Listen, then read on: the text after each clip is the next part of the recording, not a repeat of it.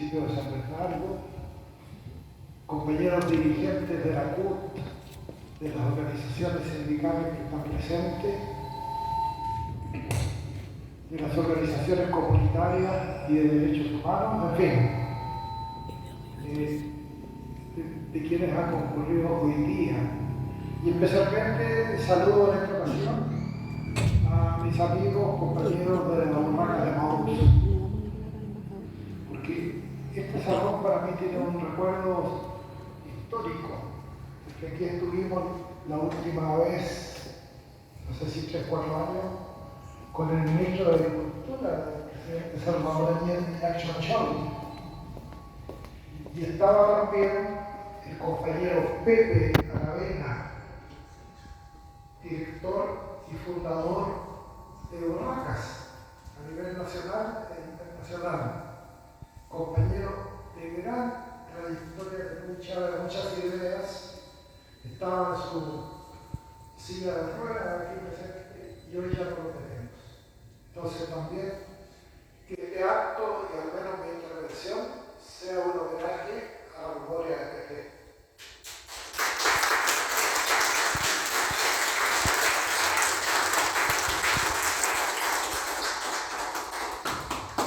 Empecemos por anécdotas también, para que no sea todo exposición. Estaba conversando con el compañero Miguel Launer, ¿no?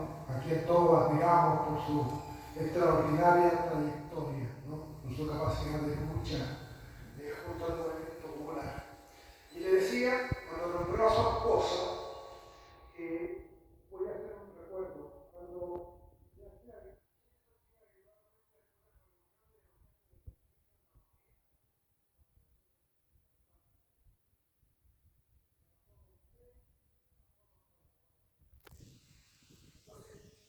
director del Fondo de Educación y Extensión Científica de la ley.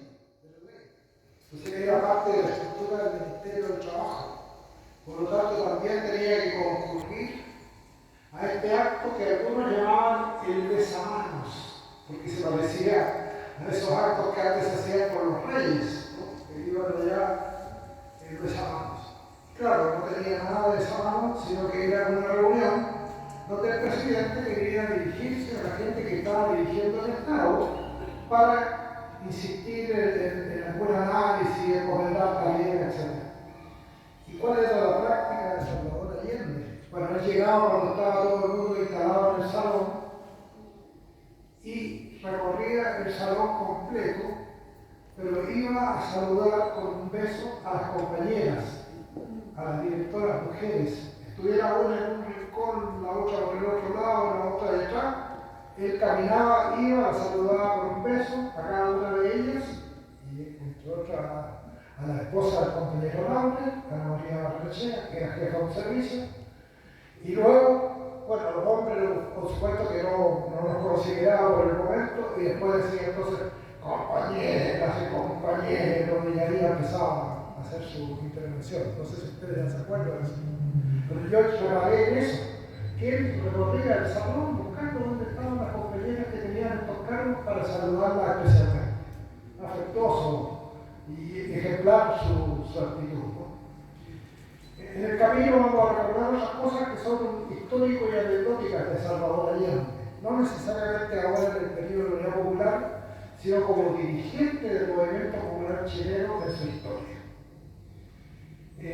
Quisiera decirles que los agradistas, los que nos hemos dedicado al trabajo con el mundo campesino y el mundo rural, como le pasa a mucha gente, habitualmente partimos hablando de lo propio, ¿no? Y como que nuestro sector y nuestro mundo acabara todo, empezara y acabara todo. Y lo segundo es que olvidamos, por tanto, los contextos. Hoy día tan recorridos, ¿no? Los precedentes históricos. Y entonces nos pasaba mucho que nosotros partíamos con la ley sindical campesina, con la reforma agraria, y como que todo había empezado en los años 60.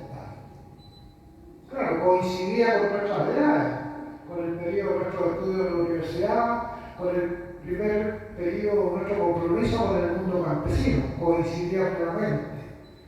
Pero con el tiempo me fui dando cuenta que la historia no había empezado con nosotros, sino que traía un tremendo bagaje social, popular y político.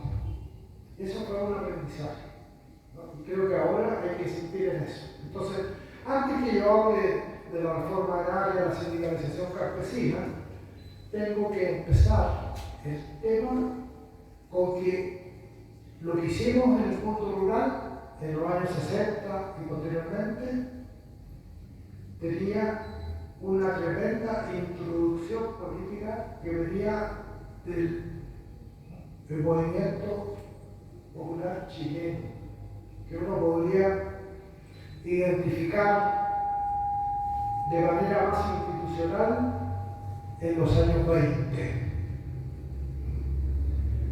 Porque en el año 24 hay un golpe de Estado. Nosotros pensamos que el 73 era el primero y creo que no sé cuánto de los golpes que habíamos tenido antes, y los militares habían exigido al gobierno de Alzate y Palma que dictara las primeras leyes sociales en Chile, como se llamaban las leyes laborales. La 4053, 4053, 4053, hasta la 4059 eran las leyes que nosotros debíamos estudiar en la universidad, que eran las leyes del trabajo. Y desde ese tiempo que hay sindicalismo legal en Chile. Y un aviso, compañero, y recado para los compañeros de la CUT que están presentes. El próximo año, 2024, será el centenario de las leyes sociales chilenas. Y sin el ánimo de ser institucionalista, sería bueno que nos preocuparan el movimiento sindical, el movimiento social, todo el movimiento político, de tomar en cuenta este centenario. Yo, en el norte, que es mi tierra, estoy trabajando con los compañeros allá, que no nos olvidemos tampoco del centenario del año 2025, en que vamos a conmemorar la matanza represiva del mismo gobierno de Alessandri, que en las saliteras La Coruña, Marusia y otros lugares mató una buena cantidad de dirigentes del mundo trabajador. Nos está yendo bien, están empezando a incorporarse los compañeros de la CUT de Iquique, otras organizaciones, los municipios de las comunas de Guara y de Pozamonte, en fin, en ese punto. Sería bueno ver si podemos hacer algo a nivel nacional con el aniversario de las leyes sociales del año 24. Dejo lanzada la idea. Y hablar de este periodo, como lo saben bien los compañeros del sindicalismo, es hablar de la Federación Obrera de Chile. Porque cuando hablo del movimiento popular, estoy hablando de la organización sindical y de la organización política, de la izquierda chilena. Se confunde ambas bajo el liderazgo de Caballo, que fue líder de la FOCH y también creador del Partido Obrero Socialista, más tarde del Partido Comunista, con toda la trascendencia que nosotros todos le conocemos. Y es también hablar después, en los años 30, de la CNC, que es la segunda central nacional que tuvimos, y después de una introducción del año 46, que es la dolorosa división de los trabajadores, llegar al 52 y 53 con la creación de la Central Única de Trabajadores, ¿no? O sea que cuando hablamos de movimiento popular hablamos de FOCH, CNC y de CUT. La CUT, ustedes saben, llegó hasta el 73, con el igual. Después se reconstituyó de otra manera. Y lo mismo al hablar de la izquierda, fuera de los partidos en particular, es hablar del Frente Popular, que llevó adelante la campaña del presidente Pedro Aguirre Cerda. Primera vez que la izquierda llega al poder en Chile. Y a continuación, también después, hablar del Frente de Acción Popular de los años 40, 50, ¿no? En el cual se va a forjar Salvador Allende. Pero un recuerdo, Salvador Allende fue ministro de Salud del presidente Aguirre Cerda. Y como presidente de salud, siempre estuvo preocupado de la salud pública, ¿no? Fuera del político grande, en su especialidad de médico, su tesis para ser médico, todo es la salud pública, la salud pública. Por eso vino después del medio litro de leche. Pero antes, ¿qué es lo que hizo? Se empeñó en que las familias obreras recibieran un apoyo económico que se llamó la asignación familiar. La asignación familiar es una ley que propuso Salvador Allende en los años 50. ¿Y qué tiene que ver con el campo? Tiene que ver con el campo porque en esta ley no se separó a los trabajadores de la ciudad y a los trabajadores del campo. Y por lo tanto, es el primer estipendio en dinero efectivo que recibieron los viejos, como decimos en la orquesta sindical, en el campo. Porque en el campo se pagaban especies. Estaba, ¿no es cierto?, el pan que se les entregaba, la ración de alimento, la ración de tierra, los trabajos de los animales. Todo eso constituía el sueldo, el salario de los trabajadores agrícolas y en ese tiempo el inquilino. Pero casi no había dinero en efectivo, por lo tanto, en el campo no circulaba el dinero. La patrona de la hacienda le compraba las telas en cantidades mayores y se las entregaba a las mujeres para que hicieran la ropa. Por eso que algunos fundos todos vestían igual, las mujeres y los hombres, porque eran telas que llegaba la patrona con el paso y hacía la ropa a los trabajadores de ese fondo. Y con la asignación familiar de Allende, le empezó que había que pagar el dinero en efectivo, fue la primera planita que empezaron a recibir los trabajadores en el campo. Es muy importante no olvidar en el anecdotario de ese leído de Frente Popular que es muy largo, ¿no? Lo segundo que tengo que decir, antes de hablar del periodo de la Unidad Popular, como ya lo señaló muy bien el compañero Laura, es que además del movimiento popular, de los partidos, de los sindicatos, a partir de los años 40, empieza una inserción de la Iglesia Católica chilena en el medio rural. Son sectores más progresistas y o paternalistas.